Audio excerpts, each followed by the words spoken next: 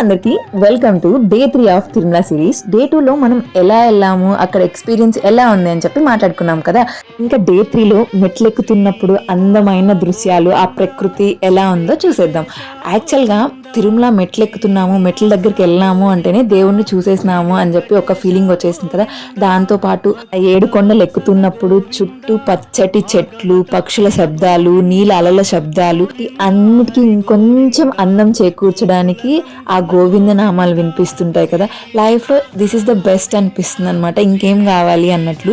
ఇంకా అలా అన్నిటినీ, ఆ ప్రకృతిని ఆస్వాదిస్తూ మేమైతే స్టెప్ బై స్టెప్ తిరుమలకి అయితే వెళ్ళిపోతున్నాం అనమాట. నిజంగా చాలా ద బెస్ట్ ఎక్స్పీరియన్స్ అని చెప్పొచ్చు. తిరుమల ఎప్పుడు వెళ్ళినా కూడా ప్రతిసారి కొత్తగా అనిపిస్తుంది, చాలా అందంగా అనిపిస్తుంది.